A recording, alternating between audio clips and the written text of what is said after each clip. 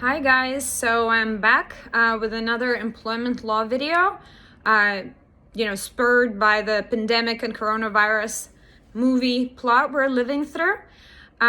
Today I wanted to address two things as promised on my agenda of the 7 videos I was going to make, which is the laws that were in place to protect people from sickness and disability prior to coronavirus.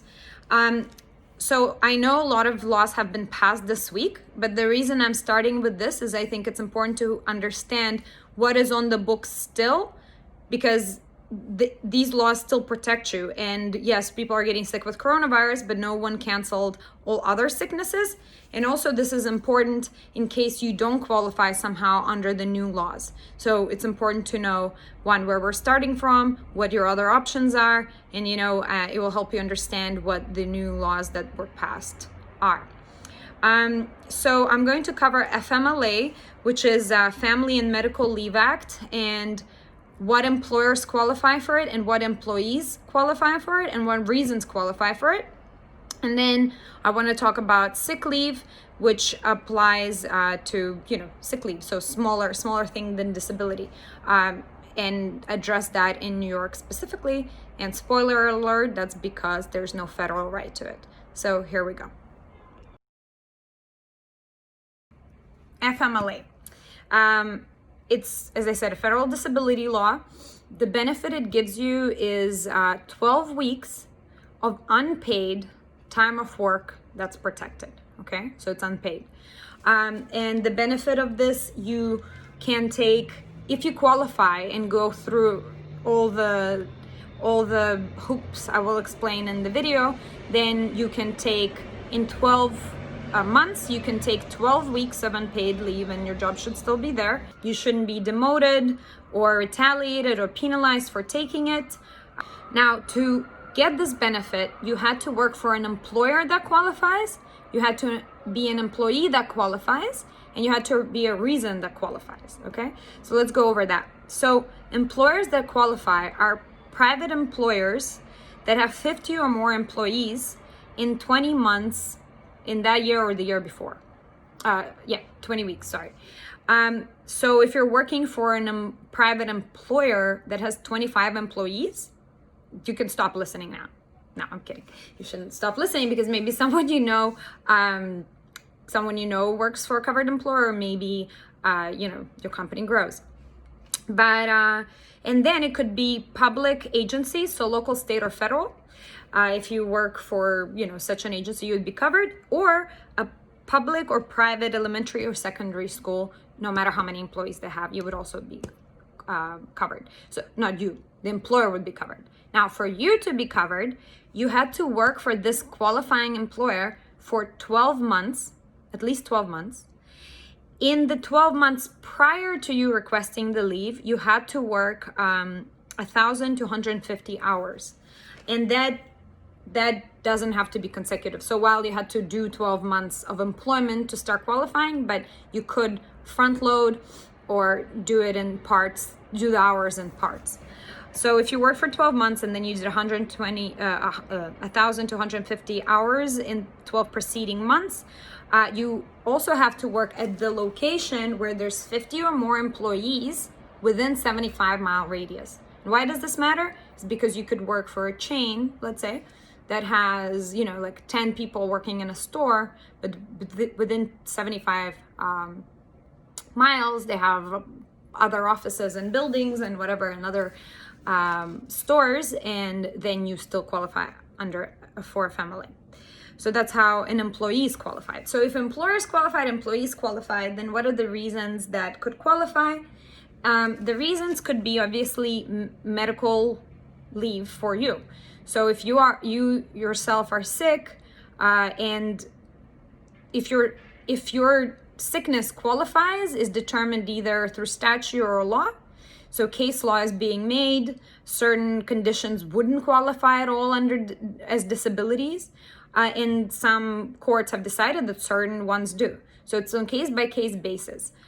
So let's say if you have cancer, you had surgery, that means you yourself had disability and you're qualifying. Also, if you had a child or your spouse had a child or you're adopting a child, you could also qualify for that. It also would apply if you have to care for a family member, which is why it's called family leave. Interesting part is that not all family members apply. So your favorite in-laws or uncles don't apply, don't qualify. But your parents, son or daughter, or spouse does qualify. Now, also military members, if you have in your family and you have to take care for them, that qualifies as well, and they're sick. For some military members or families with military members, you could get expanded leave, which is 26 weeks, but there's different criteria for that too. Interesting thing is that the way it's defining family members, so son, daughter, spouse, or parent, also means that some people that are fiancés or girlfriends, you can't take care of them, right? Which sucks. And also, but the good news is that if you are married at least in one of the states, then you could claim FMLA, and this mattered, of course, for same-sex couples, right? So if your marriage is legal in one state, you could still claim the benefit. So anyway, so if any of these, all these things I've described are true, you would apply and get 12 weeks of protected leave. As I hope I've mentioned, but we do see retaliation, even though it's illegal to retaliate or fire someone, we do see retaliation cases. So, an employer sees a woman is pregnant, so she may be claiming FMLA leave soon, they get rid of her. FMLA retaliation claims also include when someone takes 12 weeks off and they return and then they get fired for a stupid reason, like the week after they return, right? So this is illegal. If that happened to someone who took FMLA, then you should, contact an employer or the EEOC or, another government body in your state to complain. Now, moving on to sick leave. As I have mentioned, sick leave is easier to cover for sad reason that there is no sick leave federally. So you were just out of luck. Again, a lot of employers want to care for their employees, so they would tell you our sick leave policy is that you have 5 days off, and that's great. But that wasn't federally mandated. Now, if you worked in New York City, you have better situation. You have 5 days paid if you work at an employer that's more than 5 people, right? So that's great. If you worked at an employer that's 1 to 4 people, then you would get 40 hours or 5 days of unpaid sick leave, but at least your job was protected. And that's sick leave for you. All right, just kidding. This is not all about sick leave. As I'm rewatching the video, I realized that I could expand this information a little more to give it more context. That's super important. It's hard making videos, I tell you, All right, so basically what I said all holds, but this applies to private and nonprofit employers, as long as the employee requirements are met. And also this applies to employees that worked more than 80 hours in a calendar year. So 80 or less doesn't apply. But the good news is that part-time, full-time, obviously, part-time, temporary, per diem employees are all covered. And the best news is that undocumented employees also have the benefit to this. And while this is called New York City paid sick leave, if you are commuting into New York City and are performing work in New York City, then you would also get the benefit. So if you're living abroad, well, not in New York City, could be abroad, then you would be covered under it. And another side note, independent contractors are not covered under this. However, don't be so quick to rule yourself out, because what employers will do, they will give you a contract that says all over you're independent contractor, and they convince you're independent contractor. They may even make you create your own company to be an independent contractor. Later on, it turns out you're actually an employee. There's a special test for that. So whether you sign or write you're an independent contractor and employee, that's not how it's determined. It's determined by your duties and your relationship with your employer or whoever you're working with. So often, you know, companies try to avoid the benefits, so they will call you independent contractor, but you may still qualify.